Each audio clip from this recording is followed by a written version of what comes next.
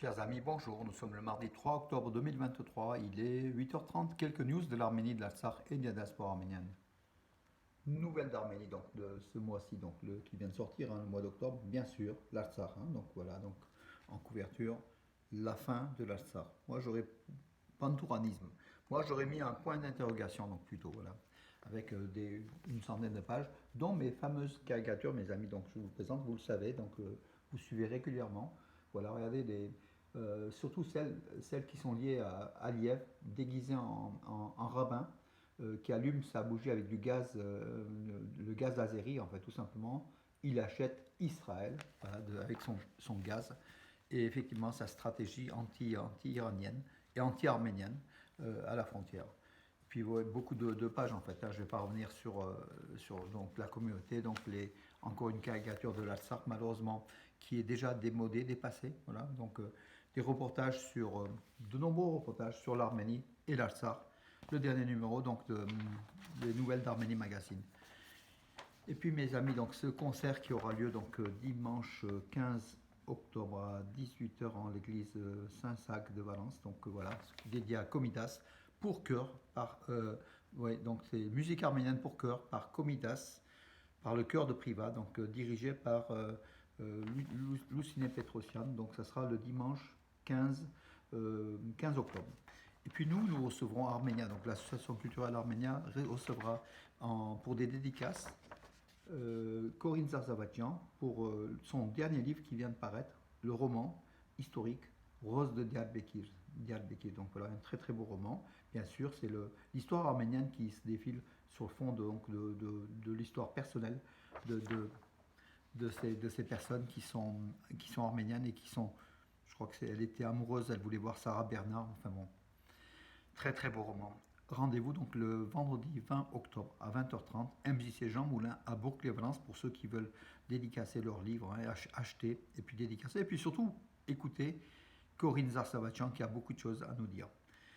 L'info, donc ce matin, donc, Catherine Colonna, la ministre de la Défense française, hein, donc, est en Arménie. Voilà, va arriver dans les instants qui viennent. Voilà, donc peut-être des accords de coopération en matière de défense qui seront signés. Donc on verra. Donc on attend beaucoup. D'autant plus que les frontières de l'Arménie sont une nouvelle fois menacées. Donc hier, il y a eu des tirs azéris du côté de Gout, donc dans la région de Geralkonik, de l'autre côté du lac Sevan, en fait, à l'est de l'Arménie. Avec un mort de soldats arméniens et puis deux blessés. Donc ces soldats livraient de la nourriture par camion aux soldats du front. Voilà, donc faisaient leur travail habituel. Ils ont été pris pour cible par des tirs azéris.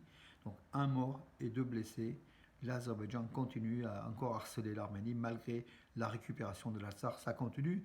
Il n'y a pas de raison de s'arrêter. Il faut montrer la force, uniquement la force, face à l'Azerbaïdjan. Et justement, l'arrivée de la ministre française des Affaires étrangères, de la Défense, non, des Affaires étrangères, excusez-moi, donc Défense c'est le cornu, en Arménie, c'est quelque chose de très important. En plus, derrière va suivre sans doute l'aide stratégique militaire de la France à l'Arménie qui en a bien besoin. Il faut que l'Arménie s'équipe militairement si elle ne veut pas perdre le Zankezou, le sud de l'Arménie. À ce propos-là, une très très belle émission hier, c'est sur la chaîne 5, en fait, hier soir à 22h30, durant pratiquement une heure, une très très belle émission, justement, qui parlait donc de tout cela, avec un débat en compagnie de personnalités, donc Gazmination, Tigran Yegavian, des experts qui connaissent beaucoup la situation donc, sur place. Voilà mes amis. Le ministre turc des des Transports n'exclut pas que le soi-disant corridor de Zangezur puisse passer aussi par le territoire de l'Iran. L'Iran ne serait pas défavorable. L'Iran ne veut surtout pas que ce corridor passe sur le territoire souverain de l'Arménie pour ne pas couper les liens entre l'Iran et l'Arménie. Alors, le salaire moyen en Arménie est de 262 000 sur les 8 premiers mois de l'année 2023, 262 957 grammes entre janvier et août, soit environ 630 euros. Donc, en augmentation de à peu près de 17 à 18% par rapport à la même période de l'an dernier.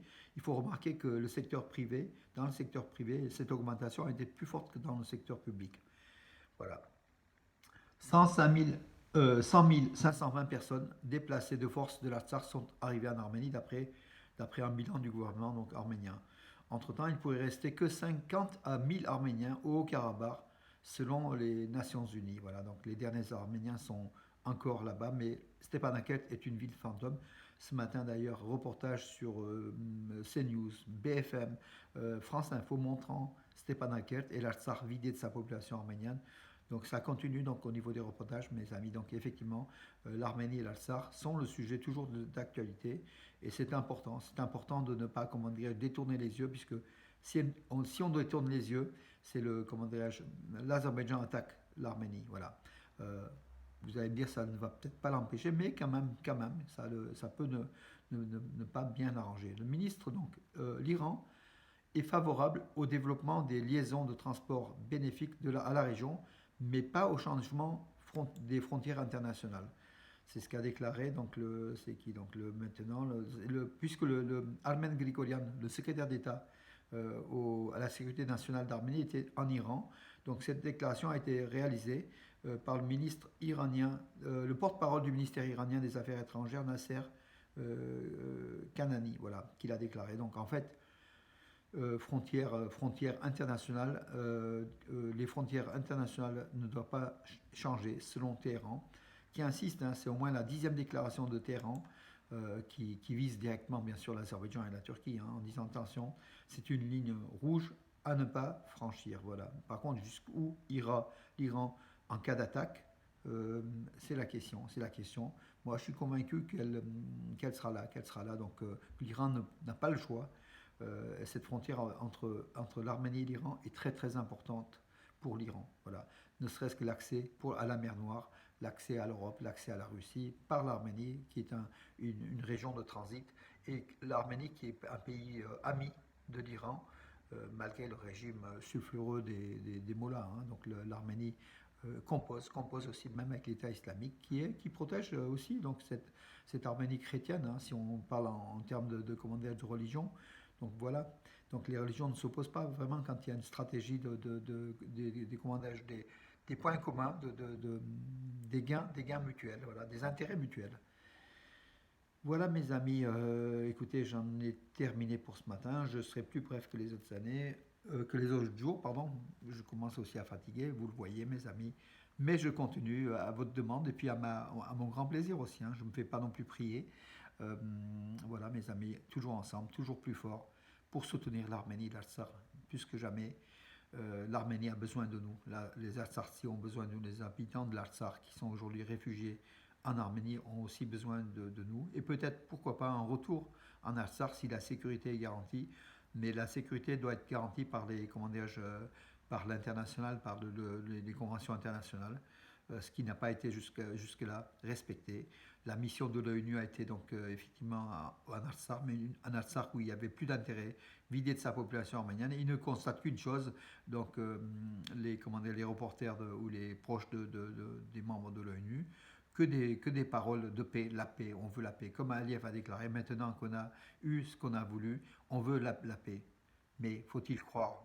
Moi, je pense qu'il ne faut pas croire, parce que l'Arménie est bien décidée derrière l'Arménie. L'Azerbaïdjan a décidé à conquérir le sud de l'Arménie pour faire une jonction territoriale avec la Turquie. Et derrière, il y a Erdogan et tous les nationalistes, voilà, de la clique d'Erdogan qui sont là à pousser l'Azerbaïdjan pour qu'elle franchisse ces 43 kilomètres qui séparent l'Azerbaïdjan du Nakhitchevan, mais à travers un corridor à travers l'Arménie. Voilà mes amis pour aujourd'hui. Je vous donne rendez-vous demain. Bonne journée.